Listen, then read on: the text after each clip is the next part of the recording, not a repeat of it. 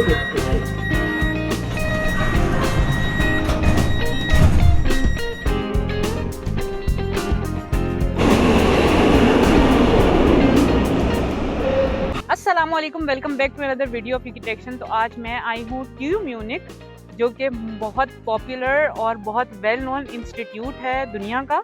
यहाँ पे बहुत सारे स्टूडेंट्स बैचलर्स, मास्टर्स और PhD करने के लिए आते हैं। तो इसी तरीके से मेरी एक फ्रेंड है जो कि यहाँ पे आई थी PhD के लिए। उनका PhD अभी इन प्रोसेस है, बट स्टिल उनका वीज़ा स्विच हुआ है PhD टू ब्लू कार्ड।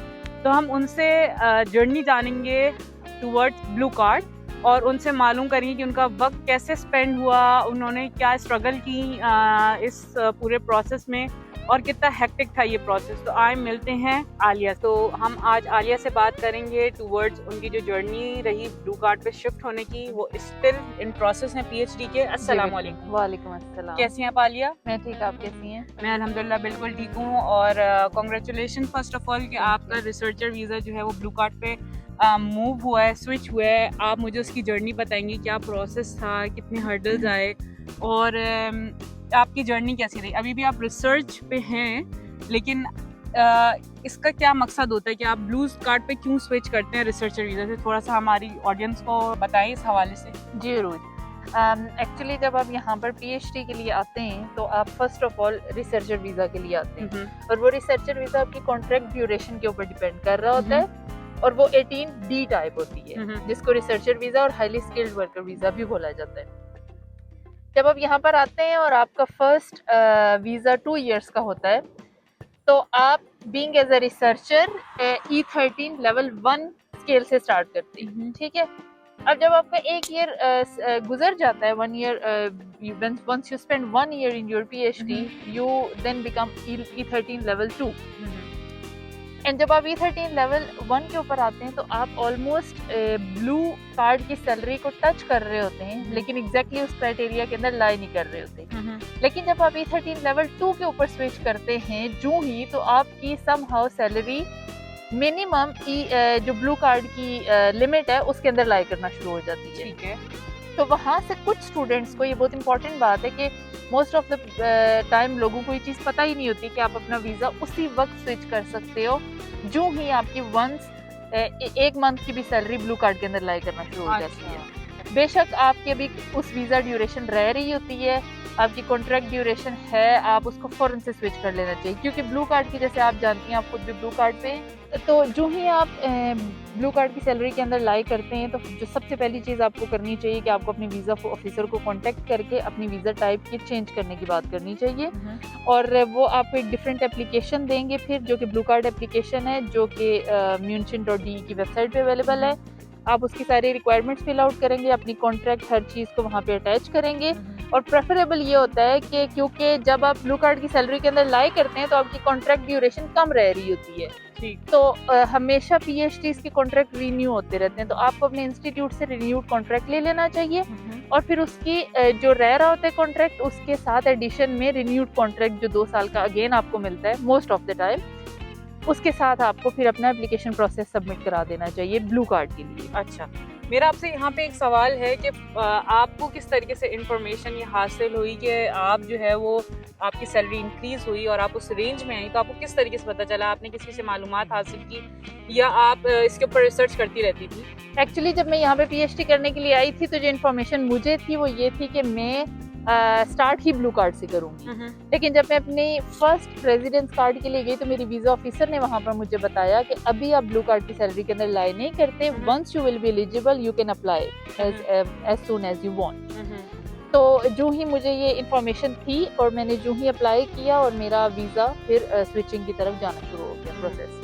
तो आपकी वीज़ा ऑफिसर आपसे कांटेक्ट में थी और आप ईमेल करती थी उन्हें, इस तरीके से था? नहीं, बिल्कुल भी ऐसे नहीं होता। जब भी आपको वीज़ा चेंज करना होता है या अपना कॉन्ट्रैक्ट एक्सटेंड होता है आपका, तो आपका ऑफ कोर्स रेजिडेंस कार्ड भी एक्सटेंड होता है, तब आप वीज़ा ऑफिसर को कांटेक्ट करते हैं। और ये तभी होता है जब आपका कॉन्ट्रैक्ट एक्सपायरी में 3 मंथ्स रह रहे होते हैं या फिर नेसेसरी पर्पसेस, जैसे कि मैं ब्लू कार्ड पे स्विच करना चाह रही थी तो मैंने फिर कांटेक्ट किया, वरना नॉर्मली ऐसे नहीं होता कि आप रैंडम क्वेश्चन उनसे कर सकते। अच्छा, आपने मुझे ये बताया कि आपने ब्लू कार्ड पे स्विच किया, तो आपने म्यूनिक के अंदर किया या म्यूनिक से बाहर किसी स्टेट पे किया? लाइक यहाँ पे डिफरेंट टाउन्स भी हैं जो म्यूनिक से थोड़े करीब में हैं और म्यूनिक से कनेक्ट करते हैं। तो आपने उसी के अंदर किया या म्यूनिक के अंदर ही आपकी रजिस्ट्रेशन थी और आपने वहीं पे स्विच किया? एक्चुअली मेरी जो रजिस्ट्रेशन थी वो म्यूनिक से बाहर थी, क्योंकि यहाँ पे एक म्यूनिक है, म्यूनशन.de की वेबसाइट है, और एक है लांड्रसाम म्यूनशन। लांड्रसाम म्यूनशन जो है वो जो म्यूनिक के सराउंडिंग एरियाज हैं जैसे कि गार्किंग है, उंटरफोहरिंग है, उनको कवर करता है। सही। ये उसका ऑस्लैंडर बिहोर्डे है। अब जब आप इसको यहाँ पर जाते हैं तो मोस्टली जो मुझे पता है कि म्यूनिक वाला और लांड्रसाम म्यूनशन दोनों में प्रोसेस सेम होता है, कोई चेंज नहीं है, तो आपके लिए इंफॉर्मेशन सेम ही रहेगी। सही। अच्छा, इसके अलावा ये बताइएगा कि प्रोसेस फास्ट हुआ या फिर स्विचिंग में आपको टाइम लगा? कितना अर्सा लगा? ऑलमोस्ट 2 to 3 months लगते हैं आपको प्रोसेस स्टार्ट करने से ब्लू कार्ड मिलने तक।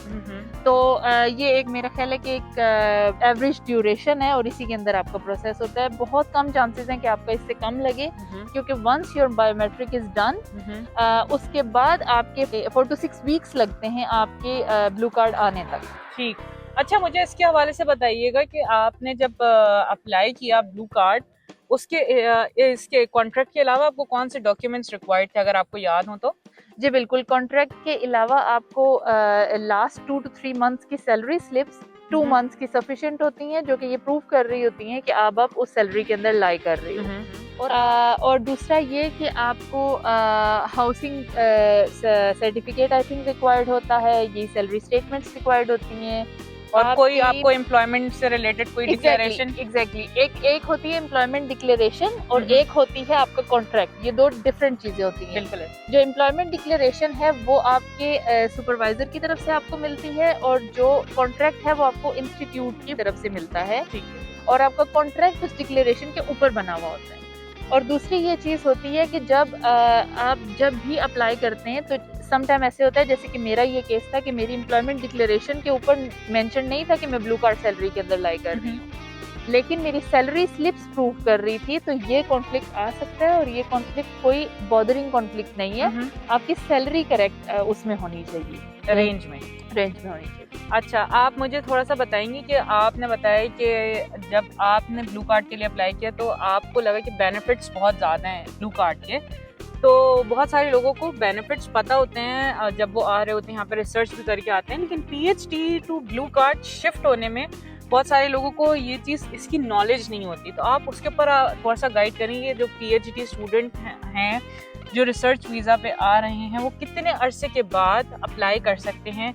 सिर्फ रेंज के ऊपर डिपेंड करता है या ईयर्स ऑफ रिसर्च के ऊपर भी मैटर करता है? ईयर्स ऑफ रिसर्च के ऊपर ऐसे मैटर करता है कि ऑफ कोर्स जब आप E13 level 2 second year of your PhD में होते हैं, somehow around 16 to 17 months being in your PhD, तब आपकी सैलरी उस रेंज के अंदर लाई कर रही है कि आप ब्लू कार्ड के ऊपर स्विच हो सकते हैं। तो ये इस चीज़ के ऊपर ऑफ कोर्स डिपेंड करता है। और सम ऑफ द टाइम ऐसे होता है कि PhD स्टूडेंट स्टार्ट ही ब्लू कार्ड से करते हैं। तो वो स्पेसिफिक केसेस में होता है कि अगर आपका कोई प्रीवियस एक्सपीरियंस है before your PhD 2 to 3 years, तो आप डायरेक्ट E13 लेवल 2 से स्टार्ट करते हैं। लेकिन अगर आप कोई प्रायर एक्सपीरियंस नहीं है तो आप E13 लेवल 1 से हमेशा स्टार्ट करते हैं। अगर आप E13 लेवल 2 से स्टार्ट करते हैं तो मोस्ट प्रोबेबली चांसेस है कि आप ब्लू कार्ड से ही शुरू करें। अच्छा, इसके अलावा मेरा एक और क्वेश्चन है रिगार्डिंग PhD। फॉर एग्जांपल आप PhD पे आते हैं यहाँ पे और आप जो है वो आप किसी और इंस्टीट्यूट में एज अ प्रोफेसर या किसी और जॉब में स्विच करते हैं, तो आप अपनी PhD को उस वक्त स्टॉप कर सकते हैं या पॉज कर सकते हैं, या आपको लगता है कि PhD साथ में लेके चल सकते हैं, इन सब पैरेलल रख सकते हैं PhD प्लस आपकी जॉब? एग्जैक्टली। सो जो PhD है वो इटसेल्फ एक आपकी एम्प्लॉयमेंट है, ठीक है, आपको वो इंस्टीट्यूट पे कर रहा होता है। लेकिन यहाँ पे जर्मनी में जो एम्प्लॉयमेंट है PhD की वो 75% है, 100% नहीं है। सही। इसका एक एडवांटेज ये है कि आपको इंस्टीट्यूट या आपका जो एम्प्लॉयर है वो अलाउ करता है कि 25% जो रेस्ट ऑफ एम्प्लॉयमेंट है आप वो कहीं और कर सकते हैं। Okay. और जब आप अपना इनिशियल कॉन्ट्रैक्ट साइन कर रहे होते हैं तो आप वहाँ पर डिफाइन कर देते हैं कि आप करना चाहते हैं या नहीं करना चाहते। ये आप एट सर्टेन पॉइंट भी चेंज कर सकते हैं। फॉर एग्जांपल 6 मंथ बाद आपको ख्याल आया कि आपको करना चाहिए, पार्ट टाइम जॉब आप मैनेज कर सकते हैं, इट्स अप टू यू, फिर आप वो 25% एम्प्लॉयमेंट वहाँ से मैनेज कर लेते और हैं। आप किसी भी फील्ड में कर सकते हैं या फिर अपनी फील्ड से रेलेवेंट जॉब कर सकते हैं पार्ट टाइम की, ये कुछ आइडिया आप किसी भी तरह की फील्ड की जॉब कर सकते हैं। ये सिर्फ आपके जो एम्प्लॉयर है उसको पता होना चाहिए कि आप पार्ट टाइम जॉब कर रहे हैं। और मोस्ट ऑफ द टाइम जो कि मैं यहाँ पर एक चीज़ कोट करना चाहूँगी कि अक्सर स्टूडेंट्स को ये चीज़ नहीं पता होती कि आपको यहाँ पे ट्यूटरिंग जॉब्स मिल सकती हैं, आपको बहुत डिफरेंट साइंटिफिक जॉब्स भी मिल सकती हैं जो आप इन पैरेलल इसके साथ कर सकते हैं। सही। आपकी जो पीएचडी है वो किससे रिलेटेड है, आप थोड़ा सा उसके ऊपर बताएंगी ताकि जो व्यूअर्स हैं वो इस चीज़ से अंदाज़ा लगा सके कि अगर हम इस फील्ड में हैं और इधर अप्लाई करते हैं हम कितने अरसे में ब्लू कार्ड को अचीव कर सकते हैं। मैंने जब अपनी पीएचडी शुरू की थी तो मेरा कोई प्रायर एक्सपीरियंस नहीं था एक्सप्लिसिट जॉब का। तो मैंने E13 लेवल 1 से शुरू किया और मैंने रिसर्च स्टार्ट की फिजिक्स की। एक स्पेसिफिक फील्ड है क्वांटम ऑप्टिक्स, उसके अंदर। और मेरी रिसर्च का प्रायर एक्सपीरियंस था क्योंकि मास्टर्स और बैचलर्स में आप जब फाइनल ईयर प्रोजेक्ट्स करते हैं तो आप वहाँ पे रिसर्च करते हैं और आप अपनी कुछ पब्लिकेशंस भी कर सकते हैं। तो मेरे पास वो एक्सपीरियंस था पब्लिकेशंस का, जिसकी बेसिस के ऊपर काइंड ऑफ आपको एक एज मिलता है कि आपकी सिलेक्शन आसानी से भी हो सकती है। तो मेरी पीएचडी एक्चुअली क्वांटम ऑप्टिक्स के ऊपर है। और एक चीज़ मैं यहाँ पे कोट करना चाहती हूँ कि जो मेरा बैचलर्स था वो इलेक्ट्रॉनिक्स में था और मैंने अपनी फील्ड को स्विच करके मास्टर्स फिजिक्स में किया, स्पेसिफिकली क्वांटम ऑप्टिक्स के सब्जेक्ट ऑप्ट किए ताकि मैं रिसर्च उसमें कैरी ऑन कर सकूँ। और फिर मैंने पब्लिकेशंस की 1-2, जिसके बाद मुझे अब पीएचडी की अपॉर्चुनिटी मिली। अब और जब मैंने अपनी ब्लू कार्ड को स्विच किया था तो I was in 1.5 year of my PhD. अच्छा आलिया, आपने जो है ना वो इंफॉर्मेशन दी रिगार्डिंग आपके लेवल्स, पीएचडी के कुछ लेवल्स होते हैं, E13 लेवल 1 और E13 लेवल 2, उसके हवाले से मैं बताइएगा कि आपने बताया कि आप उसके बाद ही अप्लाई कर सकें ब्लू कार्ड के लिए, तो आप उसको किस तरीके से आपको मिली वो लेवल्स, कोई रिसर्च बेस्ड था या फिर आपका इंक्रीमेंट ईयरली बेस्ड होता है? इसके अलावा पीएचडी के कुछ बेनिफिट्स हों वो हमें बताइएगा और फिर हम आपसे ब्लू कार्ड के भी बेनिफिट्स पूछेंगे। जी बिल्कुल। जब आप पीएचडी स्टार्ट करते हैं तो आप E13 लेवल 1 के ऊपर अपॉइंट होते हैं और E13 लेवल 1 के ऊपर आप 75% एम्प्लॉयमेंट पे अपॉइंट होते हैं।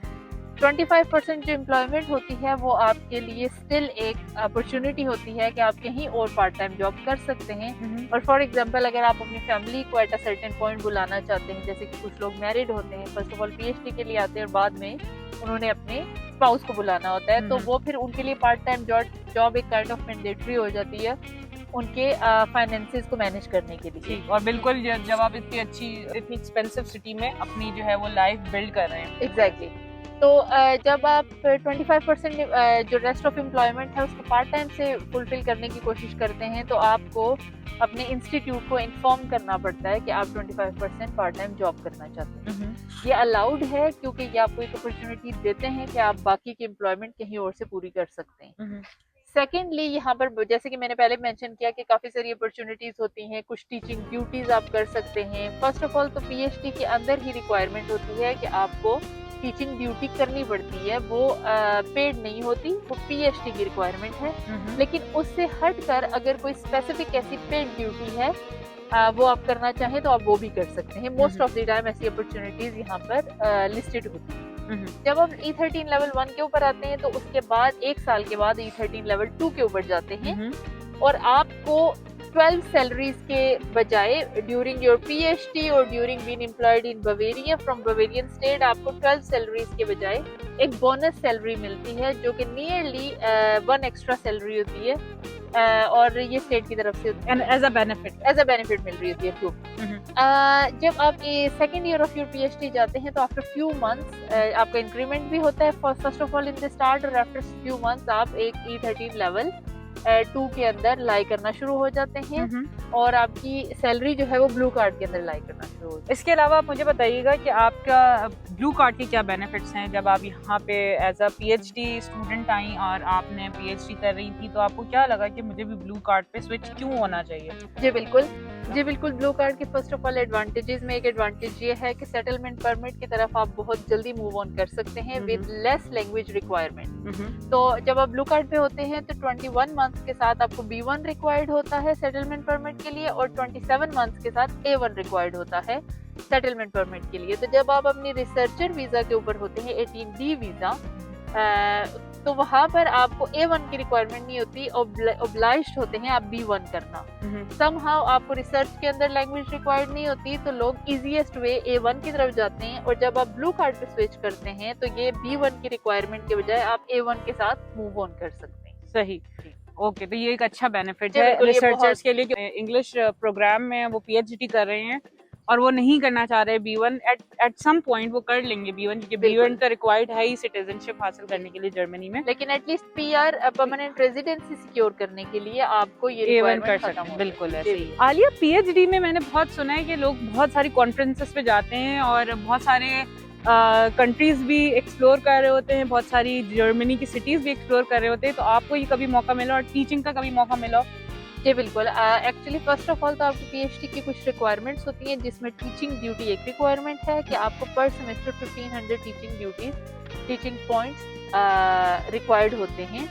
और जितने सेमेस्टर आप पीएचडी फिनिश करते हैं, फॉर एग्जांपल आपने 8 सेमेस्टर टू 10 सेमेस्टर्स में अपनी पीएचडी कंप्लीट की, तो ऑन एवरेज आपको फिर पर सेमेस्टर 1500 टीचिंग पॉइंट्स रिक्वायर्ड होते हैं, और ये cumulative in the end calculate होते हैं।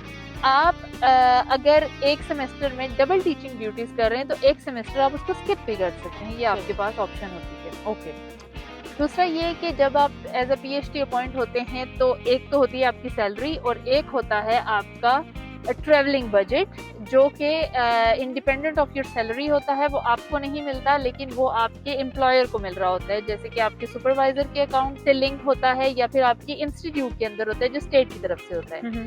वो एक ऐसा बजट होता है जिसके अंदर आप अपनी पूरी साल की कॉन्फ्रेंसेज अटेंड कर सकते हैं, अच्छी जगह पे अपनी रिसर्च को प्रेजेंट कर सकते हैं, और ये एक बहुत अच्छी अपॉर्चुनिटी होती है कि आप टेंशन फ्री होके अपनी फाइनेंसेस की टेंशन के बजाय अपनी गोल्स को अचीव कर रहे होते हैं in terms of research sharing. इसमें जो मेरा एनालिसिस है वो ये है कि आप start of the PhD summer schools पे जाएं, और एट अ सर्टेन पॉइंट फिर आप कॉन्फ्रेंसेस भी अटेंड करें और अपनी पब्लिकेशंस के बारे में शेयर करें, टॉक्स दें, पोस्टर्स प्रेजेंट करें, और इस तरह से होता है। और ये कोई रिक्वायरमेंट नहीं होती कि विद इन यूरोप आपने ट्रेवल करना होता है, आप ऑल ओवर द वर्ल्ड किसी भी जगह पे कॉन्फ्रेंसेस को अटेंड कर सकते हैं। Thank you so much Alia, आपने इतनी डिटेल में प्रोसेस बताया पीएचडी टू ब्लू कार्ड, और आपने थोड़ी बहुत इन्फॉर्मेशन हमें पीएचडी के हवाले से भी दी। थैंक यू सो मच, आपने हमारे लिए वक्त निकाला,